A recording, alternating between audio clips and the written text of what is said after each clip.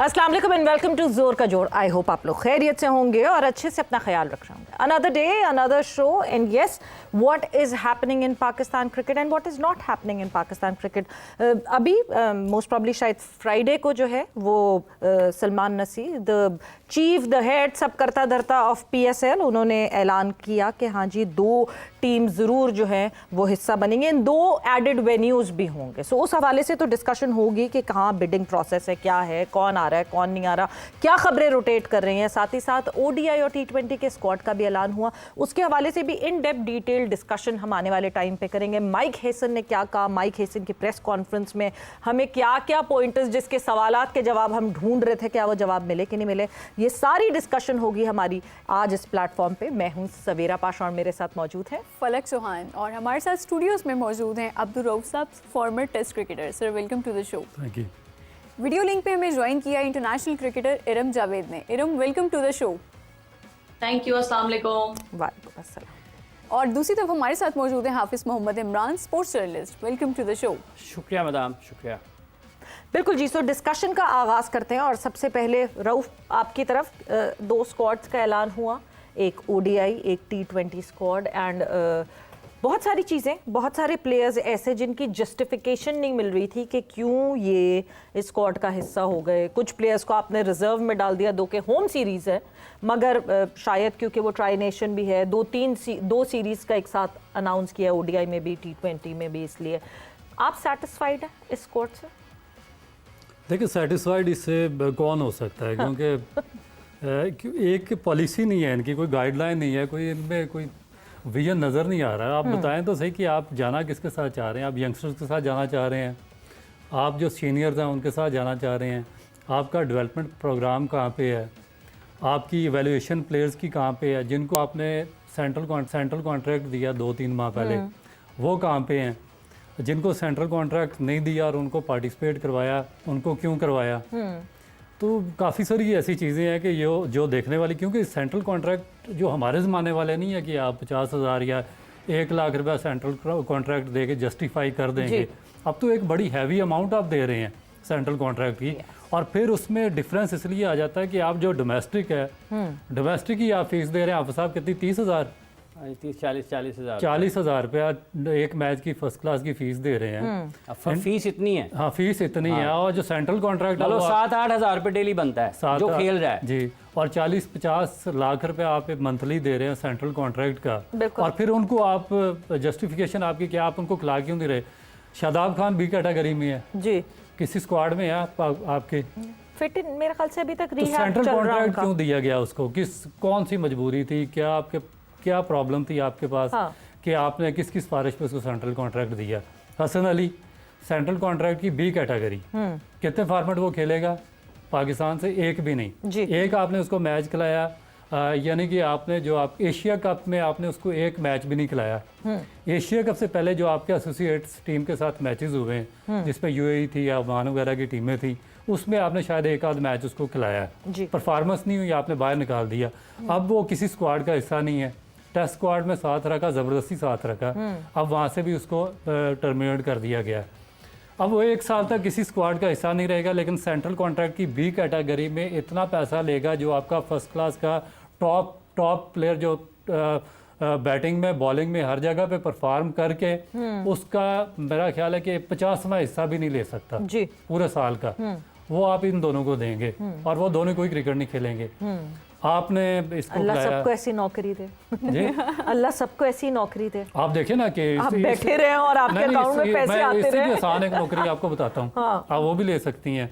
ये जो 5 मेंटोर रखे हुए थे इन्होंने, जो 50 लाख रुपया 60 लाख रुपया घरों पे बैठ के लेते रहे। चैंपियंस कप लास्ट ईयर अक्टूबर में हुआ, जिसके बाद सैक किया था गैरी क्रिस्टन को, और उसके बाद अभी तक ये अगला अक्टूबर आ गया, 12 महीने उनको घर में बैठे हुए वो पूछते रहे हमारा काम क्या है। ये उससे भी आसान नौकरी है जो मैंने आपको बताई है। तो आप इसके लिए अप्लाई कर सकती हैं पाकिस्तान क्रिकेट बोर्ड के प्लेटफॉर्म पे, हम सब कर सकते हैं कि घर बैठे आपको बड़े आसानी से अच्छे पैसे मिल सकते हैं। तो ये अब मुझे तो नहीं समझ के किस बेसिस पे उन्होंने इन सबको टीमें बनाई हैं, जो यंगस्टर्स थे उनको किस बेस पे निकाला है, किस बेस पे जो नए लाए हैं। उस्मान खान की क्या परफॉर्मेंस थी, कहाँ पे उसने इम्प्रूव किया, किस जगह पे परफॉर्म किया, वो वापस पाकिस्तान टीम में आ गया।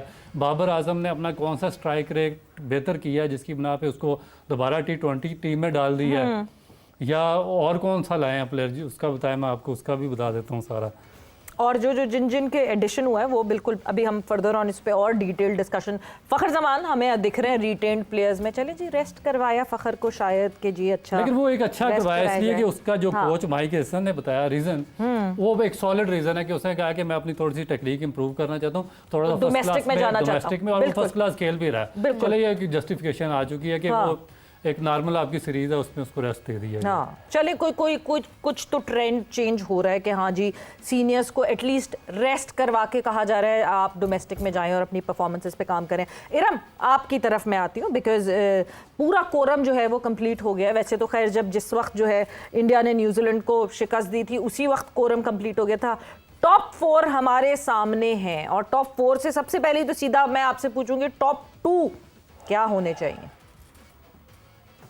नहीं, मुझे जो लगता था कि जो टॉप 2 होंगे वो ऑस्ट्रेलिया और इंडिया जो है, मुझे उनका लगता था कि वो फाइनलिस्ट होंगे जो फाइनल खेलेंगे क्योंकि इस टूर्नामेंट में ऐसा हमने कोई प्रॉपर एक कोई अपसेट हुआ नहीं। अगर हम किसी भी मैच को कहेंगे कि जी आज अपसेट हुआ इस मैच में, वो हमारी टीम थी जो इंग्लैंड के साथ हो सकता था, ऑस्ट्रेलिया के साथ हम कर सकते थे, बट इंग्लैंड वाले मैच में जो है वो बारिश को कुछ और मंजूर था। फिर ऑस्ट्रेलिया वाले मैच में हमारे पास जो है बॉलर नहीं थे जो कि हम बेथ मूनी को आउट कर सकते, उस तरह से हमारी टीम जो है वो प्रॉपर कह लें कि उस मैच के हिसाब से उतरी नहीं थी, मुझे ऐसा लगता है। लेकिन ये है कि ऑस्ट्रेलिया और इंग्लैंड का मुझे अभी लग रहा था, लेकिन जिस तरह से अब इंडिया की जो ओपनर है प्रातिका वो हो गई है, वो इंजर्ड हो गई है, अभी वो सेमीफाइनल से तो रूल आउट हो गई है।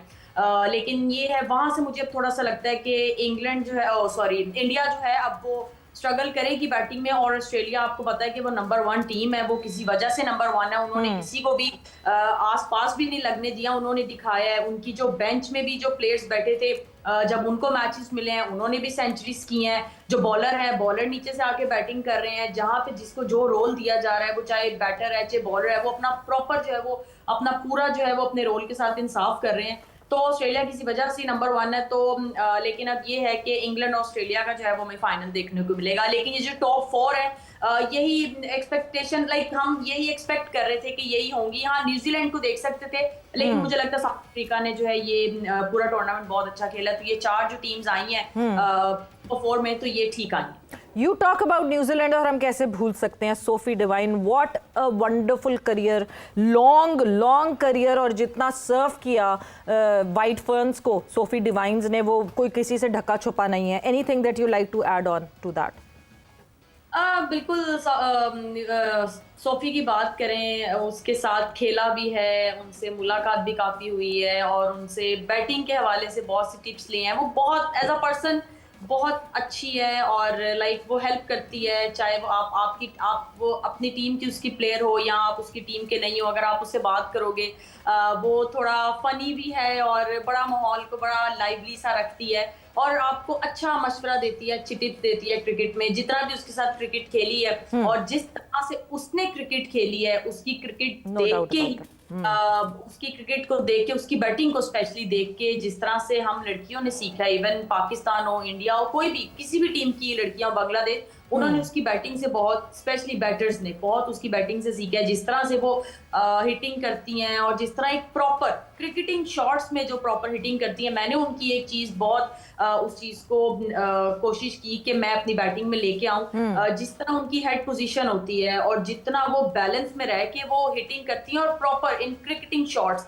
समटाइम हम लोगों को जब हिटिंग का कहते हैं तो हमारा हेड कहीं चला जाता है और हमारा बैट पूरा घूम जाता है, लेकिन जब उसको देखते हैं तो वो मजा आता है उसकी बैटिंग देखने में। तो उनके लिए बेस्ट विशेस ही हैं और जिस तरह से उन्होंने अपनी टीम को लेके आई है यहाँ तक, तो उम्मीद है कि अब जिनके हाथों में अब ये टीम जाएगी वो भी इस टीम को आगे लेके जाएंगे। लेकिन उनके लिए बेस्ट विशेस हैं। अब ऑब्वियसली लीग्स खेलेंगे इनको, अब देखें उनके लिए अब क्रिकेट से इंटरनेशनल उन्होंने ओडीआई से अभी अपने आप को उन्होंने रिटायरमेंट किया है, तो इट मींस तो इट मींस कि उनके पास अब लीग्स का ऑप्शन है। अब अक्सर हम प्लेयर्स को देखते हैं वो रिटायरमेंट लेते हैं, रिटायर हो जाते हैं और वो लीग्स खेलते हैं, तो हम और वो वहां से उनकी इंप्रूवमेंट चलती रहती है। अब अगर मैं यहाँ पे और ऐड कर दूं साउथ अफ्रीका की, मैं बात करूं, साउथ अफ्रीका को हमने इस टूर्नामेंट में बिल्कुल चेंज पाया उनकी टीम को, क्योंकि उनकी लड़कियां भी अब लीग्स में जाती हैं और डिफरेंट कंट्रीज में जाती हैं और डिफरेंट प्लेयर्स के साथ डग आउट शेयर करती हैं और उनको एक एक्सपीरियंस मिलता है। तो इसी चीज की मुझे लगता है हमारी टीम में भी इस चीज वो थोड़ी सी कमी है। जब हम भी लीग्स खेलेंगे, डिफरेंट कंट्रीज में जाएंगे, यहाँ हमारी अपनी पीएसएल भी होती है। मैंने बिल्कुल एक थोड़ा डिफरेंट चीज ऐड कर दी, लेकिन मैं चाहती थी ऐड करना कि अगर हमारी भी अपनी पीएसएल ऐसी होती है तो मुझे लगता है कि हमारी क्रिकेट भी जो है वो बहुत बेहतर हो जाएगी। जिस तरह से सोफी डिवाइन ने एंड किया है, तो जब हम सीनियर प्लेयर्स भी नहीं, मगर बाहर की लीग्स के लिए देखें, ये बहुत बड़ी डिबेट है, इस पे बिल्कुल हम आगे भी बात करेंगे इरम, क्योंकि बाहर की लीग्स के लिए तो आप अच्छा परफॉर्म करेंगे तो होगा। निदा गई, निदा की परफॉर्मेंसेस नहीं हुई, इसलिए वो बार बार रिकॉल नहीं किया गया क्योंकि परफॉर्मेंसेस नहीं थी। सो परफॉर्मेंस भी आपकी मैटर करती है, but this is a long topic जो हम बिल्कुल डिस्कस करेंगे फर्दर ऑन। हाँ साहब, मैं आपसे पूछना चाहूँगी कि आपके ख्याल में सलमान अली आगा जो है वो T20 के लिए उस कितनी ज़्यादा इम्पोर्टेंट है उनकी परफॉर्मेंस, क्योंकि हमने देखा कि एशिया कप में वो एज अ प्लेयर परफॉर्म नहीं कर सके, एज अ कैप्टन भी इम्प्रेस नहीं कर सके। तो अभी आने वाले दिनों में हम T20 वर्ल्ड कप भी देख रहे हैं, तो कितनी ज़रूरी है कि वो दोनों शोबों में अच्छा परफॉर्म कर सकें? मेरे ख्याल में तो इससे बहुत ज़्यादा अहम बात यह है कि पाकिस्तान क्रिकेट टीम के टेस्ट कैप्टन को, जबकि वो खेल रहा है, उसको कंसल्टेंट लगा दिया है इंटरनेशनल क्रिकेट का, डायरेक्टर का, एक मतलब एक गैर एलानिया डायरेक्टर है। हाँ, तो इंतजार कर रहे हैं कि वो जब रिटायरमेंट दे देंगे तो डायरेक्टर, यानी कि इंडिया की टीम के साथ तो हैंडशेक नहीं हुआ, लेकिन शान मसूद को गोल्डन हैंडशेक का उन्होंने बंदोबस्त कर दिया कि आप अगर आप इंटरनेशनल क्रिकेट से रिटायरमेंट की तरफ जाते हैं तो उसके बाद आप यहाँ पर मौजूद होंगे। तो पाकिस्तान में जो असल मसाइल हैं स्ट्रक्चर के, इंतज़ामी मामलात हैं, उनमें अक्सर व बेशतर या तो लोग उसको नज़रअंदाज कर देते हैं या फिर उस गहराई में उसके ऊपर बात नहीं करते जो असल मसले की। सलमान अली आगा क्या है, और इस तरह के क्रिकेटर आ जाएंगे पाकिस्तान में। क्रिकेटर आते जाते रहते हैं, ठीक है, आपका सिस्टम ठीक होता है, फैसले ठीक होते हैं, निज़ाम आपका ठीक चलता है, तो आपके खेल का मयार बुलंद रहता है। इसलिए इस वक्त में इन तमाम चीज़ों से ज़्यादा अहम यह है कि पाकिस्तान क्रिकेट में इस वक्त इंतज़ामी सतह पर क्या फ़ैसले हो रहे हैं। जिस मुल्क में हर शख्स क्रिकेट बोर्ड में एक से ज़्यादा काम कर रहा हो और वो कोई भी काम ठीक ना कर रहा हो, उसकी टीम का यही हाल होता है जो पाकिस्तान टीम का विमेंस वर्ल्ड कप में हो रहा है, और उससे पहले एशिया कप में हुआ, और उससे पहले जितने भी आईसीसी के मेंस इवेंट्स खेले हमने उसमें हुआ है।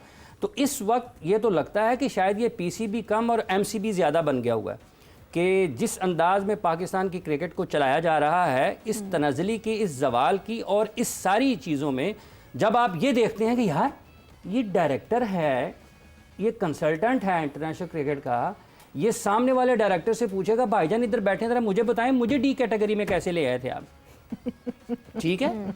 ये चेयरमैन से दूसरे लोगों से पूछेगा जनाब मुझे आप नीचे कैसे ले आए, नहीं अपने आप से भी पूछेगा कभी हाँ, कि मैं क्यों आ गया। सो ये इस वक्त पाकिस्तान की क्रिकेट को मतलब एक हद होती है ना, हाँ, ये जुल्म है। अब मतलब इससे बढ़ के आप क्या करेंगे कि आकिब जावेद हेड कोच भी हैं, वो सिलेक्शन कमेटी में भी हैं, ठीक है। अलीम डार साहब हैं, वो पता नहीं क्यों हैं सिलेक्शन कमेटी में। पाकिस्तान क्रिकेट बोर्ड में कितने सरकारी अफसरान वहां पर डेपुटेशन में बैठे हुए हैं, क्यों बैठे हुए हैं। पाकिस्तान में क्रिकेटर्स वेलकम कर रहे हैं, जी बड़ा अच्छा फैसला है, शान मसूद को इंटरनेशनल क्रिकेट का डायरेक्टर लगा दिया है, कैसी अच्छा फैसला है। क्या इससे पहले वहां पर नॉन क्रिकेटर बैठे हुए हैं। जिस शख्स का जो काम है आप उसी को देते हैं। एक वक्त में मिसबाउल हक को पाकिस्तान क्रिकेट बोर्ड ने chief selector, head coach, batting coach सब कुछ बना दिया। नहीं, इससे पहले डायरेक्टर इंटरनेशनल क्रिकेट कौन था? उस्मान वाला ना, उस्मान नॉन क्रिकेटर्स बैठे हुए थे। हाँ, तो जो क्रिकेटर हैं उनकी क्या कारकर्दगी है? नहीं, जो क्रिकेटर्स बैठे हुए देखें, अगर तो वो टेस्ट कैप्टन नहीं होते, मैं रऊफ की तरफ जरा टर्न अराउंड करूंगी, अगर तो वो टेस्ट कैप्टन नहीं होते तो फिर तो ठीक है। In the modern day era if anyone understands this international relationships को हैंडल कैसे करना, फिर तो इट वाज फाइन, क्योंकि हमने कर लिया टेस्ट एंड ट्राई। जो इनसे पिछले वाले तो थे उन सबको टेस्ट, मैंने वो कहा ना, if he was not the test captain, वो टेस्ट कैप्टन है, इसलिए this is a very big confusion कि एक तरफ टेस्ट कैप्टन भी रहेंगे, एक तरफ कंसल्टेंट इंटरनेशनल क्रिकेट भी रहेंगे। That is a very big confusion. या तो वो टेस्ट कैप्टनसी से स्टेप डाउन करें, स्टेप डाउन सिर्फ टेस्ट कैप्टनसी से नहीं, रिटायरमेंट अनाउंस करें। यहाँ पे तो मेंटोर्स फर्स्ट क्लास क्रिकेट खेल रहे हैं। मैडम आप कहाँ पे हैं? मेंटोर्स फर्स्ट क्लास क्रिकेट खेल रहे हैं, तो ये निज़ाम की खराबी है ना। अगर एक खिलाड़ी अभी खेल रहा है या उसको 6 माह हुए रिटायरमेंट अनाउंस किए, आप उसको बराह रास्त डायरेक्टर की पोस्ट कैसे दे सकते हैं? आपने कहाँ पर उसको चेक किया है मुख्तलिफ हैसियतों में इंतजामी सतह पर कि क्या ये इसमें कम्युनिकेशन की उस लेवल पर थ्रेशोल्ड उसका कितना है, वो लोगों को किस तरह से कन्विंस कर सकता है, वो लोगों की उसमें कुव्वत समात करनी है, क्या उसकी लर्निंग पावर है या नहीं है, क्या उसकी communication skills at national level at highest level हैं या नहीं है। ये खाली ये कह देना जी क्रिकेटर है इसको उठा के पाकिस्तान क्रिकेट बोर्ड में बैठा दे, ये पाकिस्तान के क्रिकेटर्स की बात आप कर रही हैं जो अगर टीम से ड्रॉप होते हैं तो उनकी अना को ठेस पहुंचती है। जी हमें ये क्यों कह दिया गया कि ड्रॉप हुए? भैया आप ड्रॉप हुए हैं। रिकी पॉन्टिंग के 7100 हैं इंटरनेशनल क्रिकेट में, 71 27,000 के करीब उसके वर्ल्ड इंटरनेशनल रन्स हैं। उसको तो माइकल क्लार्क ने ये नहीं कहा कि मैं इसको ड्रॉप नहीं कर रहा, रेस्ट दे रहा हूं, वो ड्रॉप किया उन्होंने। ये पाकिस्तान में झूठी आनाएं हैं। क्रिकेटर्स पाकिस्तान के मिसलीड करते हैं, पाकिस्तान के मासूम क्रिकेट से मोहब्बत करने वाले लोगों को ये दिमाग और आंखें लोगों की भी खुलनी चाहिए। Rauf, your take on that. देखिए इसमें इनकी बिल्कुल बात इन्होंने ठीक की है, मगर रिस्पॉन्सिबल कौन है? बेसिक रिस्पॉन्सिबिलिटी किस पे आती है? जिसने पीसीबी को एमसीबी बना दिया। देखिए सबसे मैं बार बार क्यों बात करता हूँ गवर्निंग बोर्ड पे। गवर्निंग बोर्ड किसी भी इदारे के गवर्निंग बोर्ड का क्या मकसद होता है? जी, गवर्निंग बोर्ड का ये मकसद होता है कि ये सारे प्रॉब्लम्स को सॉल्व किया जाए, काउंटर क्वेश्चनिंग करें, डिबेट हो। हाँ, जितने भी आपके डायरेक्टर्स हैं, जो भी आपके जो इंटरनेशनल लोकल डोमेस्टिक के जितने भी अफेयर्स हैं, वो सब के सब सिलेक्शन के अफेयर्स हैं, वो सारे के सारे डिस्कस होते हैं गवर्निंग बोर्ड में। अब गवर्निंग बोर्ड है कहाँ पे?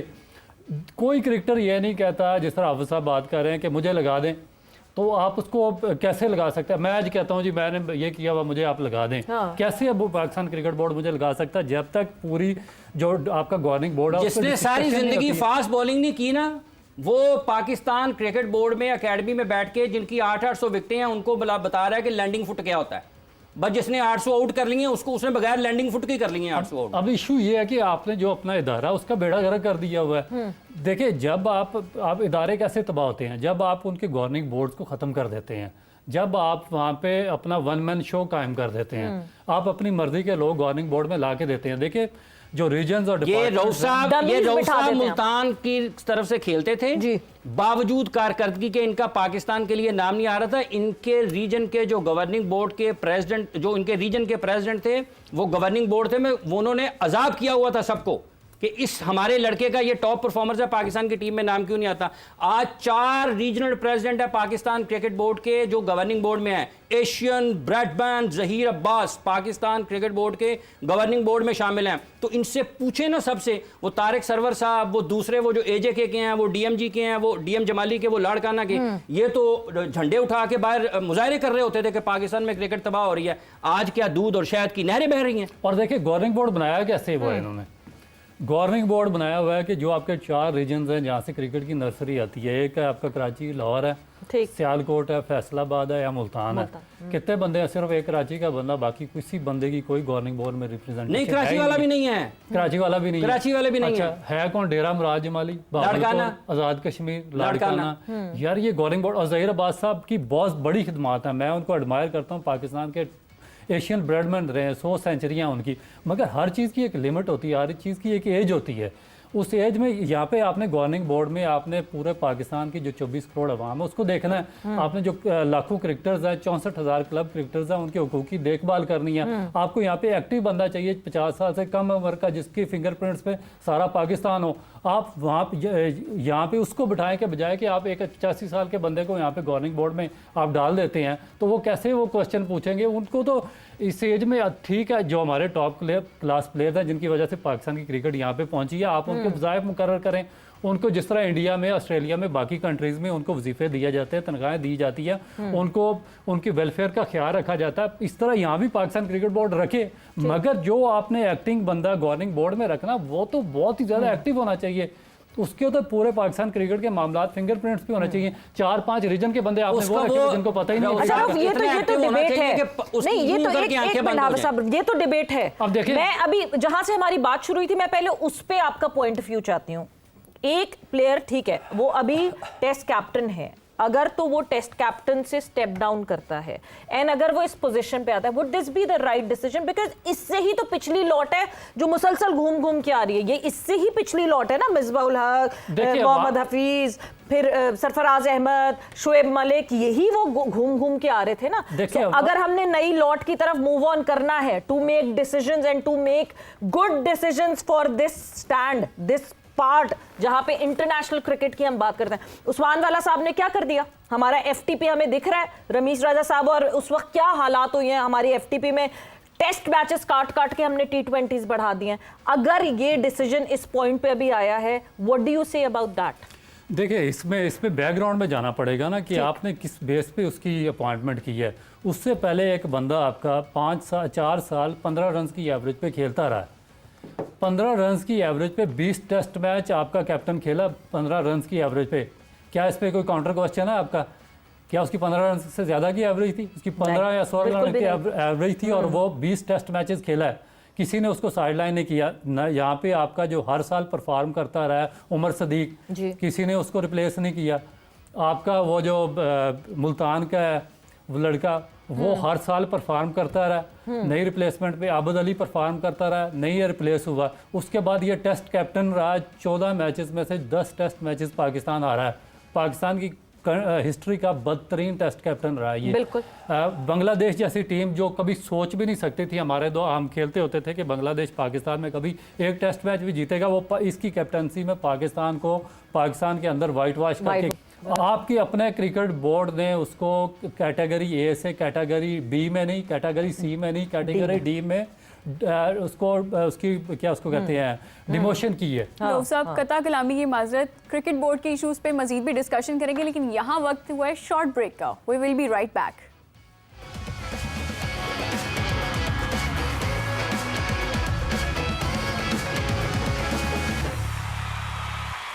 वेलकम बैक टू जोर का जोड़, और हम बात कर रहे हैं पाकिस्तान क्रिकेट बोर्ड के इश्यूज के हवाले से।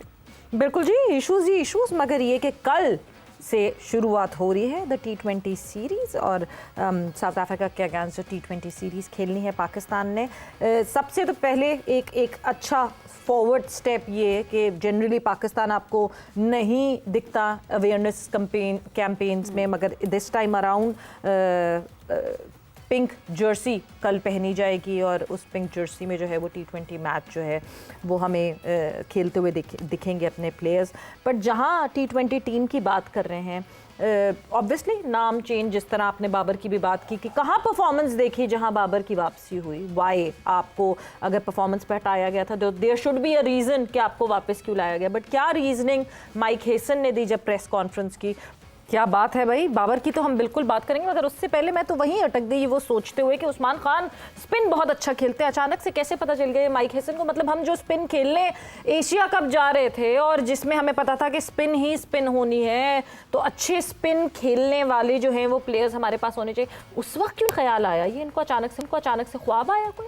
देखिए इसको बिल्कुल भी नहीं पता है, ये मुझे नहीं लगता कि कोई ठीक कंडीशंस में है। और मेरा ख्याल है कि पाकिस्तान क्रिकेट का सबसे बड़ा सेटबैक ही यही है, क्योंकि देखिए हमने बहुत ज़्यादा तजर्बा किया। उस्मान खान हमने T20 वर्ल्ड कप भी उसको खिलाया, उसके बाद भी 4 सीरीज खिलाई, 16 या 18 उसको हमने T20 मैचेस खिलाए, उसकी परफॉर्मेंस 0/0 रही है। प्रोसेस होता है, आप देखते हैं पुराना रिकॉर्ड, जो रिसेंट रिकॉर्ड होता है, आप परफॉर्मेंस देखते हैं, फिटनेस देखते हैं, एटीट्यूड देखते हैं, हर चीज़ देखते हैं, उसके बाद फिर नेक्स्ट सिलेक्शन होती है। आपने उसको कर दिया ड्रॉप। शादाब खान को हम पिछले 5 साल से लिंगर ऑन कर रहे थे, हमने उसको वर्ल्ड कप खिलाया इंडिया में, बुरी परफॉर्मेंस, एशिया कप श्रीलंका में वर्स्ट परफॉर्मेंस, उसके बाद T20 वर्ल्ड कप बुरी परफॉर्मेंस, उसके बाद आगे जो सीरीज़ थी उसमें, उसके बाद उसको इनफ चांसेस देने के बाद उसको कर दिया ड्रॉप। उसके बाद आ गया आपका नवाज। हम पिछले 8 साल से देख रहे थे, इंपॉर्टेंट मौके पे उसको बॉलिंग दी गई, उसने पाकिस्तान को लेग डाउन किया। ये इंडिया और श्रीलंकन कंडीशंस में उससे अपना कोटा तक मुकम्मल नहीं हुआ। हम उसको 6 साल देखते रहे, हमने उसको कर दिया ड्रॉप। उसके बाद खुशदिल शाह को हम 6 साल लेकर चलते रहे, हमने उसको भी कर दिया ड्रॉप। इस आदमी ने आके क्या किया, ये जो कोच इन्होंने भर्ती किया बगैर सोचे समझे, इसने वो सबको वापस ले आया। जो यंगस्टर हम इनके लिए तैयार कर रहे थे, मसलन आकिफ जावेद को हम लेके गए थे न्यूजीलैंड, उसे आउटस्टैंडिंग परफॉर्म किया, उसको इसने कर दिया ड्रॉप। जी। सलमान मिर्ज़ा ने 1-2 मैचेस में अच्छी परफॉर्मेंस की, उसको कर दिया ड्रॉप। उसके बाद आपका जो था हसन नवाज, ओपन से शुरू किया, उसको नंबर 5 पे फिनिश किया, वहाँ से उसको कर दिया टीम से ड्रॉप। उसके बाद बाबर आजम को इसने टीम से ड्रॉप, रिजवान को भी कर दिया ड्रॉप। अब ये कह रहा है कि बाबर आजम को भी वापस लाएं नंबर 3 पे, वो भी स्ट्राइक रेट अच्छी कर देगा। पता नहीं इसने कहाँ पे उसकी स्ट्राइक रेट देखी है कि उसने स्ट्राइक रेट अपनी इंप्रूव किया, उसको वापस ले आया। टेस्ट मैच में सबसे ज्यादा थी ना। हसीबुल्ला खान को हम पिछले 5-6 साल से साथ रख के डेवलप कर रहे थे, 4 साल से, उसको भी इसने ड्रॉप कर दिया, उसको किसी फॉर्मेट में रखा, उसको निकाल दिया, अब उसको भी वापस लाए हैं, शायद वनडे में लाए हैं। वनडे में हसीब है। मेरी तो समझ से बाहर है कि हम आगे करेंगे क्या, क्योंकि बगैर किसी उनको वर्स्ट परफॉर्मेंस में निकाला है। हाँ। उनकी जगह पे नए यंगस्टर्स को चांसेस दिए हैं, 2-2 4 मैचेस में उन्होंने वहाँ पे किया परफॉर्म, उन यंगस्टर्स को निकाल दिया, फिर वही जो डिस्कार्डेड प्लेयर थे उनको वापस ये दोबारा टीम में लेकर आया, और फिर हमें ये नई स्टोरियाँ सुना रहा है कि ये आगे परफॉर्म करेंगे, हम डेवलपमेंट करेंगे। भाई किसी एक जगह पे खड़े हो ना, किसी एक, आप इससे ये बंदा पूछे कि इसने जो आपकी जो ट्राई नेशन सीरीज हुई थी एशिया कप से पहले, उसमें जो आपके 4 हुसैन तलत हैं, वहाँ पे कोई मैच नहीं खेला, उसको बाहर बिठा के रखा। खुशदिल शाह ने कोई मैच नहीं खेला, उसको बाहर बिठा के रखा। सलमान मिर्ज़ा ने कोई मैच नहीं खेला, आपके मोहम्मद वसीम जूनियर ने कोई मैच नहीं खेला, वो बाहर रहे हैं। वहाँ से उठा के जब आप एक ट्राई नेशन में एसोसिएट कंट्रीज़ के खिलाफ आप किसी इनको बंच को चांसेस नहीं दे रहे, तो आपके पास कौन सी अथॉरिटी है कि आप उनको जब एशिया कप पे इंडिया के खिलाफ ट्राई करें। अब इंडिया के खिलाफ, अच्छा आपने आगे चले इंडिया के खिलाफ आपने ट्राई भी किया, आप नवाज को दोबारा वापस लाए हैं, आप इंडिया के खिलाफ उससे बॉलिंग तो करवाएं।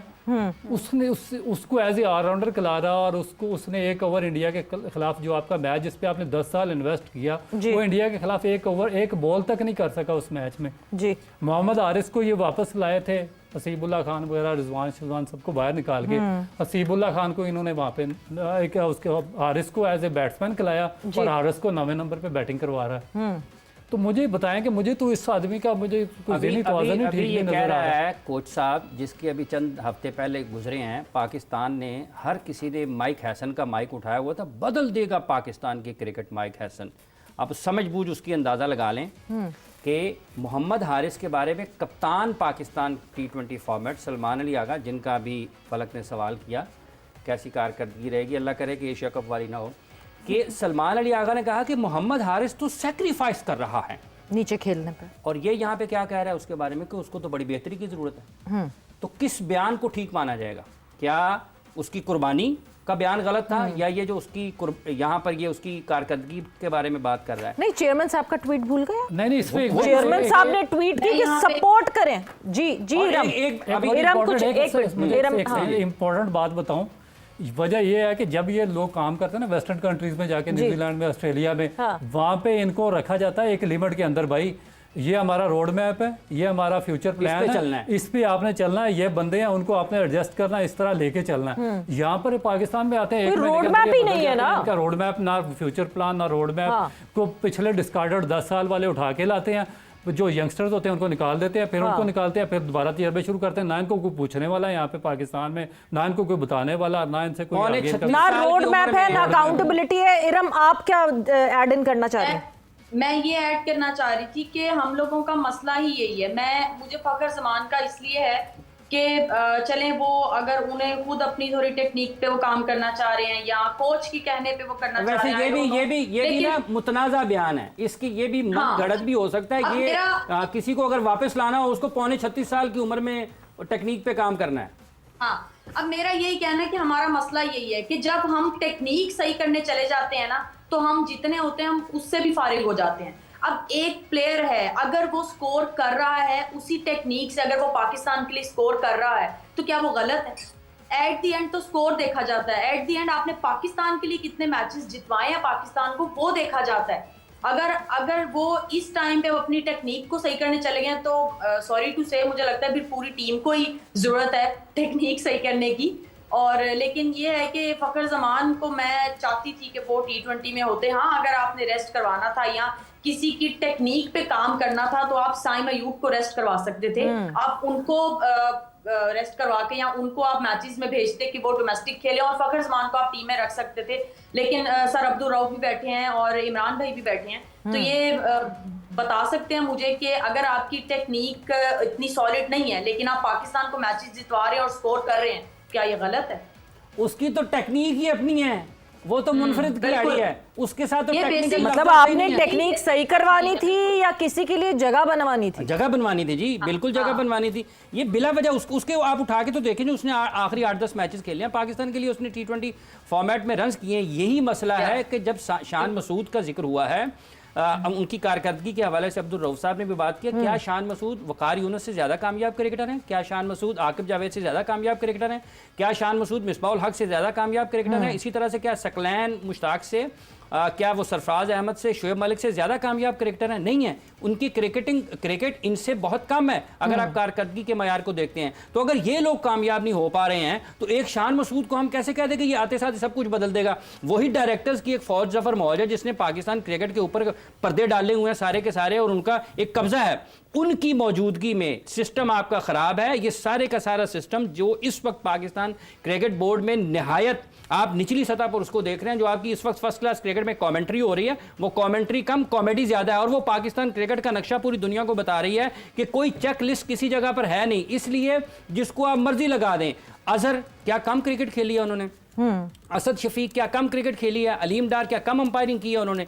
अगर ये सब लोग मिलकर भी पाकिस्तान के क्रिकेट के बारे में बेहतर फैसले नहीं कर पा रहे हैं तो एक शान मसूद कोई सिकंदर आजम है, वो आएगा सब कुछ बदल के रख देगा, यकायक पाकिस्तान क्रिकेट का मंजरनामा बदल जाएगा। तो उस निज़ाम को ठीक करने की ज़रूरत है जिस निज़ाम के तहत आप लोगों को लगाते हैं या हटाते हैं। ये PSL के इस वक्त के जो चीफ एग्जीक्यूटिव हैं, जो पाकिस्तान क्रिकेट बोर्ड के चेयरमैन के मुशीर भी हैं, इनसे कोई पूछे कि आप इतना अरसा पाकिस्तान क्रिकेट बोर्ड में चीफ ऑपरेटिंग ऑफिसर रहे हैं, आप एक नाकाम चीफ ऑपरेटिंग ऑफिसर साबित हुए हैं, आप किस तरीके से पाकिस्तान सुपर लीग में अब उसको ठीक कर सकते हैं? और जब आपको हटाया गया, अगर वो अहल नहीं थे, उनकी जगह पर एक चीफ ऑपरेटिंग ऑफिसर आया, तो फिर उसकी जरूरत ही क्यों है पाकिस्तान क्रिकेट बोर्ड में? अच्छा, मैं यहाँ पे थोड़ा सा जरा, वो अहल नहीं थे इसलिए हटाया गया या जिनको लाना था उनको लगाना था? मतलब उनकी जगह जो साहब आए, सॉरी टू से, क्या क्रेडिबिलिटी है सुमेर साहब की जो वो CEO बन के पाकिस्तान क्रिकेट बोर्ड के CEO बन गए? इसका मतलब तो ये कि जो थे ऑलरेडी उनको हटा के वहां जगह बनानी थी ना अपना बंदा लाने। सिफारिश तगड़ी होगी ना, जिसकी तगड़ी सिफारिश आ जाती है उसको लगा देते। आप फिर ये नहीं कह सकते कि उनको इसलिए हटाया गया कि अच्छा जी परफॉर्मेंस बुरी थी इस वजह से उनको हटा दिया गया। नहीं, तो फिर मैंने परफॉर्मेंस का तो मैंने कहीं जिक्र किया, मैंने तो कहा है कि वो नाकाम चीफ ऑपरेटिंग ऑफिसर है। मैंने कहा पे उसकी कारकर्दगी को सराहा है। मैंने कहा है अगर वो नाकाम था तो उसको PSL में क्यों लगाया है? अगर वो एज चीफ ऑपरेटिंग ऑफिसर एक फेलियर है तो वो PSL में कैसे आ सकता है? और अगर आपने उसको वहां से हटा दिया उसकी अहम जिम्मेदारी से, तो फिर उसका काम ही क्या है पाकिस्तान क्रिकेट बोर्ड में? फिर उसको बर्खास्त करें, घर जाएं, अभी और के लिए एक और साहब अहम जिम्मेदारी से हटे, वो भी PSL में जाएंगे, वो भी आप देखिएगा। तो यही तो मैं अर्ज कर रहा हूं, ये PCB कम MCB ज्यादा है। लोगों को ये देखना है, ये पाकिस्तान की क्रिकेट है, ये 24 करोड़ लोगों में दुनिया की वाहिद पाकिस्तान के लिए इकलौती स्पोर्ट है जो आपको लोगों से, दुनिया से कनेक्टिविटी का बड़ा जरिया है। हमने ये, मैं इसलिए बता रहा हूं लोगों को कि मैंने स्क्वॉश को नीचे जाते हुए देखा है, मैंने हॉकी को नीचे जाते हुए देखा है, ठीक है? अब मैं क्रिकेट को नीचे जाता हुआ देख रहा हूं। अगर जुबानें बंद हैं तो कहीं से तो लोगों को जगाना चाहिए। वो राहित तंदूरी ने कहा था कि लोग कहते हैं यार बड़ा ऊंचा बोलते हैं। जनाब, जिस तौर में लोग सुनते हैं ना, ये बैरों का शहर है। बिल्कुल, इसमें लोगों को जगाना पड़ता है। कुछ सोए हुए हैं, कुछ जाग रहे हैं, लेकिन वो आंखें खोलना नहीं चाहते। इसलिए ये आंखें खोलनी जरूरी है। मसला शान मसूद का नहीं है, मसला उस सिस्टम का है जो अच्छे भले लोगों को भी नालायक और करप्ट कर रहा है। मसला उस सिस्टम का है जो अच्छे बड़े लोगों। रऊफ साहब, इंतजामी उमूर पे तो चले, हमने इनकी कमजोरियों पे भी बात कर ली, इश्यूज पे भी बात कर ली, लेकिन कल जो मैच होने जा रहा है उसमें बाबर आजम कमबैक कर रहे हैं T20 में। बैटिंग में क्या उनको बेहतरी लेकर आनी चाहिए? देखिए, बेहतरी क्या ला सकता है वो इस एज में? आप बाबर आजम को क्या बता सकते हैं? डिपेंड करता है कि वो किस किस्म की फॉर्म है, उसका क्या मेंटल लेवल क्या है। कायदे आजम ट्रॉफी को वैल्यू नहीं करते, वो वहां नहीं खेलने। तो देखिए फिर अगर कोई वैल्यू नहीं करता तो फिर ज़बरदस्ती आपको वैल्यू करवाना पड़ेगा। ये कैसे हो सकता है कि ना प्लेयर वैल्यू करवा उसको? आपने देखिए उसका जो आपने जो अपना फर्स्ट क्लास क्रिकेट है उसको ही रोलिंग स्टोन बना के रख दिया। आप हर साल उसका स्ट्रक्चर चेंज कर देते हैं, कभी 8 टीमें कर देते हैं, कभी 6 टीमें कर देते हैं, कभी 16 कर देते हैं, कभी पिछले साल आपने कोई 500 बंदे का डेब्यू करवा दिया।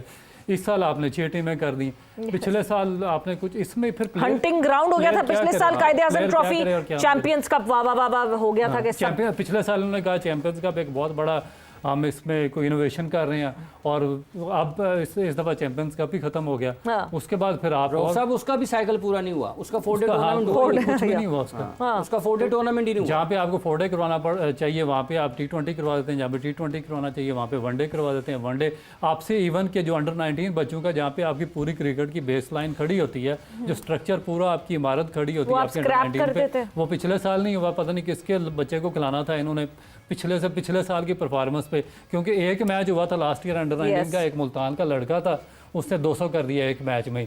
अब इनको पता चल गया कि हमारा एक बंदा है यहाँ पे जिसको हमने बड़ा कुछ दिया हुआ है, उसके बेटे की परफॉर्मेंस इस साल नहीं आएगी क्योंकि 200 कर दिया उसने, तो इन्होंने वो बंद ही कर दिया कि उसके बाद अंडर 19 हुई नहीं। हाँ, तो फिर at the end of the day यही होगा फिर पाकिस्तान क्रिकेट में कि उसके बेटे की हम ख्याल रखते रहें, इसके भांजे का ख्याल रखते रहें, उसके भतीजे का ख्याल रखते रहें, यही हम एक दूसरे के ख्यालात रखते रहें। You scratch my back, I scratch your back, इसके अलावा पाकिस्तान क्रिकेट में और कुछ नहीं होना। और जिस तरह डाउन दी ड्रेन हमें जाता हुआ दिख रहा है पाकिस्तान क्रिकेट, वो सबके सामने। बट विद दैट वक्त हमारा खत्म हो गया है। 5 सेकंड जल्दी से 4 डे आपकी जो कायदे आज़म ट्रॉफी है वो 4 रोजा से शुरू हुई है, और आपका अंडर 19 1 डे से शुरू हुआ है।